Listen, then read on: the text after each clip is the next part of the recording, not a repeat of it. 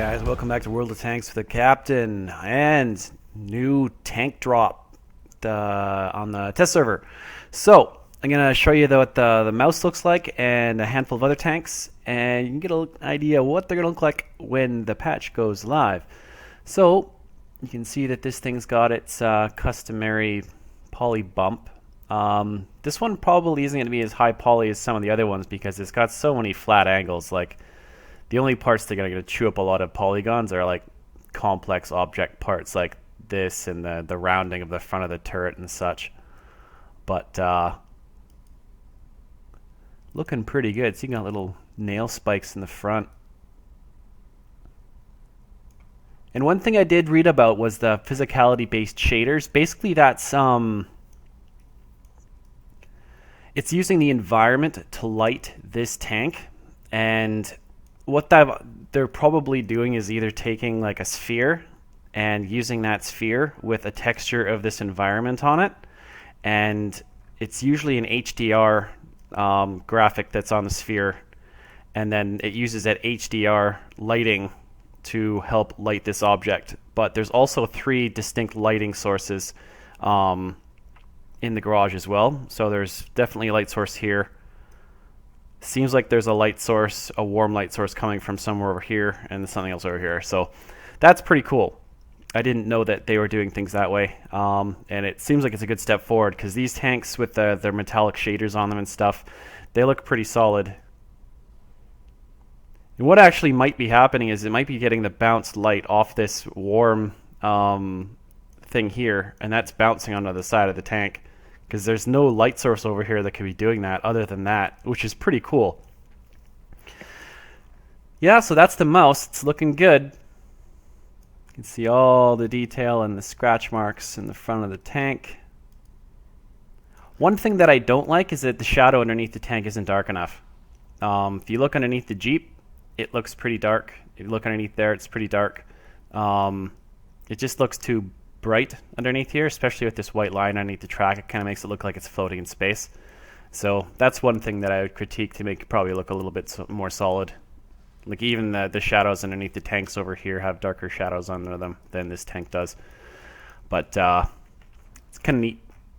You can see that there's like an exhaust port here, and it's they've burnt some darkness onto there. Pretty cool. See all the spec maps showing off all the detail in there. A little bit of detail on the top of the tank. So that's the mouse. Now we'll take a quick look at the T14, just because this is it with it. Still low-res shaders on it and stuff, but it looks better than some of the other tanks do. The 110, if you delete the snow camouflage, it actually loads in a slightly higher texture, it looks like. This doesn't look anywhere near as bad as it used to, but it still doesn't really look that dynamic. Could use a little bit of love probably. But the next high-res tank here is the M103. It looks pretty good. This is with the upgraded turret. I can load in the other turret. It doesn't really look dramatically different when I do that. But all in all, some pretty nice detail.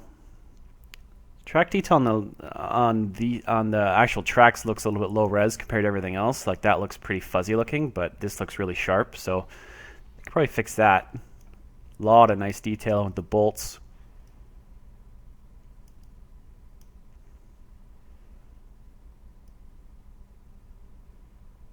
Machine gun looks good. See all the tow cables and the grate venting and stuff in the back part of the hull above the engine. It's got a big little tow hook here. Yeah, the M103 looks like it's turned out quite well. You can even see it's got a casting embossment, or maybe that's welded onto there, but it looks pretty cool. A lot of nice detail in this tank. Next, we'll take a look at some of the tank destroyers, and my most hated tank in the game, the Hellcat.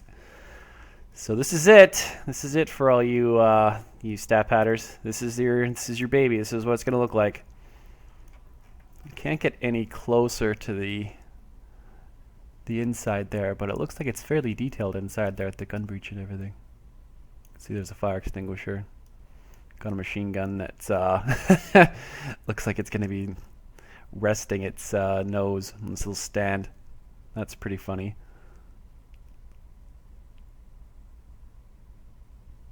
Hellcat looks okay. Nothing too amazing.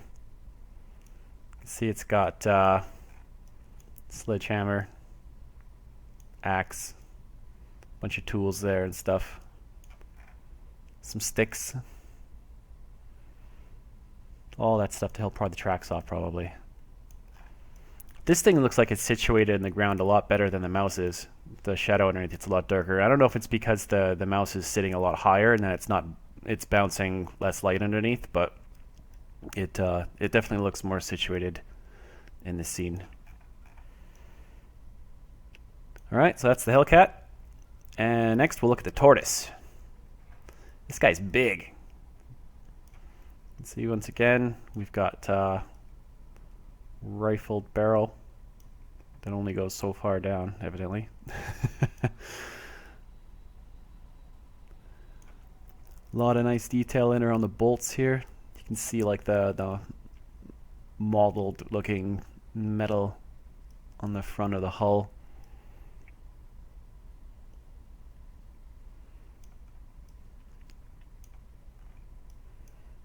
Tracks bolted on the side. Little smoke dispenser thingies there. Machine gun port. Classic weak spot of the poor little Tortoise. I almost wish they'd remove it as a weak spot. Then it would be tough.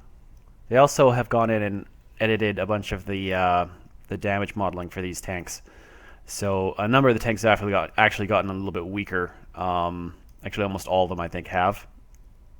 I don't think anything has really benefited from this. There's just more strips of armor, and usually it's more more strips with less armor on them.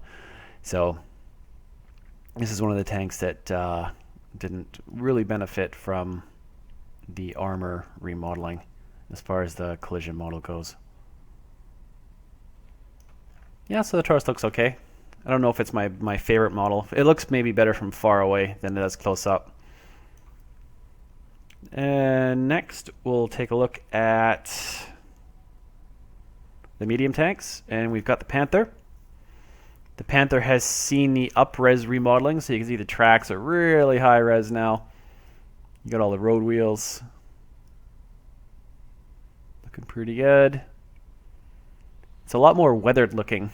Like, it's very gray in here. And they got rid of... It's not overbrighting the front quite as much as it did on the old one. I kind of like that. Like when I had it here, it was a lot brighter and cool looking. They've since removed that a bit, and it doesn't look quite as powerful, I guess, as it did before. But it still looks really good. I'm loading it in with this turret and this gun, but you can also load it in with the goof turret, which doesn't really look too terrible. It's when you load on the clown gun where it starts looking ridiculous. Yeah, clown gun. So we'll go back. That actually doesn't look too bad. Yeah, it's mostly the clown gun that I hate, I think. But I definitely like the Panzer G turret, just because it's more historical. See, it's again, you've got cool tools, a shovel. And this looks like some sort of Klingon weapon right here.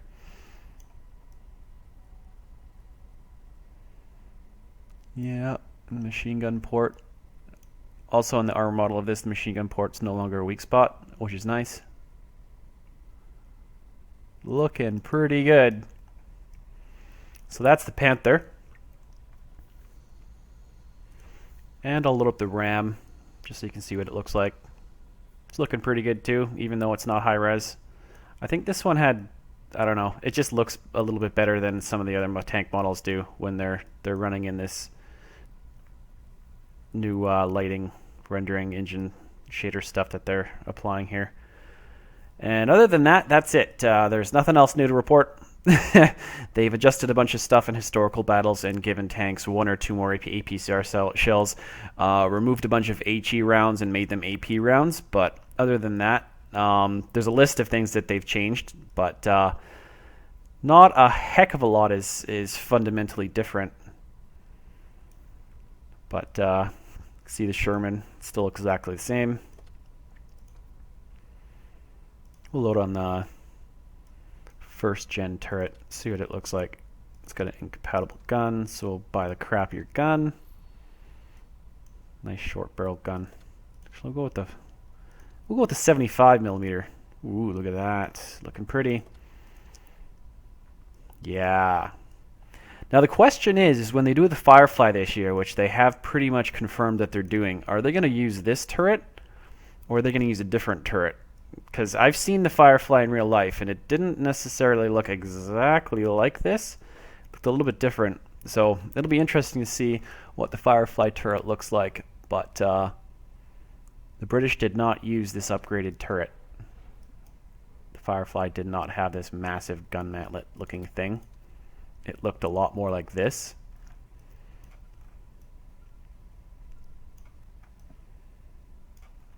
So, pretty cool. All right, that's going to conclude this quick look at the new tanks in the 9.0 test server. Thanks for watching. See you later.